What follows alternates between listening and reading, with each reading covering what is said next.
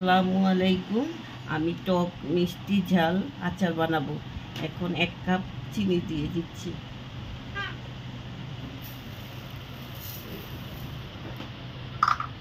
Half cup চিনি দিয়ে দিচ্ছি। এখন আমি রেস্টে রাখবো। আমি চিনি মেখে রেখে দিয়েছিলাম 5 মিনিট। এখন আমি আচার বানাবো। আমি এখন টক মিষ্টি ঝাল আচার বানাবো।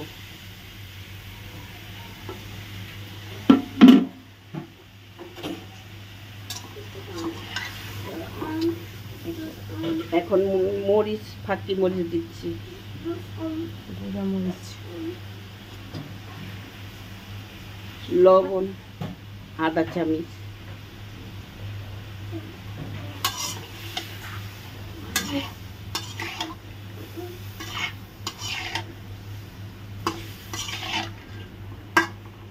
আমি এখন 5 ফোড়ন দেব। আর আপনারা যদি রেখে দেন তাহলে কি দিবেন, ভিনেগার দিবেন। আর আমি তো খেয়ে ফেলবো, এই জন্য ভিনেগার দিচ্ছি না। 5 ফোড়ন দিচ্ছি।